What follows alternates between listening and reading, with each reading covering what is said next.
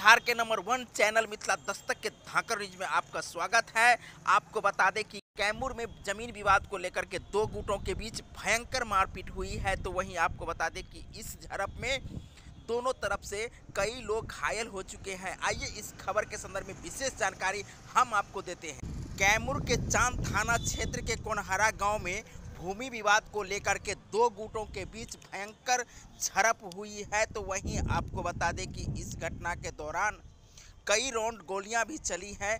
तो वहीं आपको बता दें कि इस झड़प में जहां दो गुटों के बीच लाठी भाला बर्छी एवं ईंट खापर का प्रयोग किया गया है, तो वहीं कई राउंड गोलियां चलने के कारण 14 लोग गंभीर रूप से घायल हो गए हैं।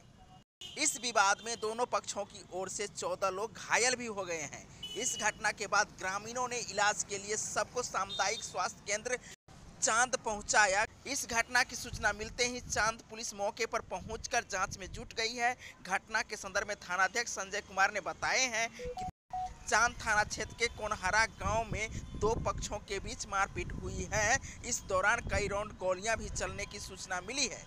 तो आप समझ सकते हैं कि कैमूर में दो गुटों के बीच जिस प्रकार से जमीन विवाद को लेकर के झड़प हुई है, दोनों गुटों के बीच भयंकर मारपीट हुई है, तो ये घटना मानवता को शर्मसार करने वाली है। आप लोगों की क्या राय है कमेंट करके जरूर बताएंगे। बहुत बहुत धन्यवाद। जय हिंद, जय भारत, जय मिथिला।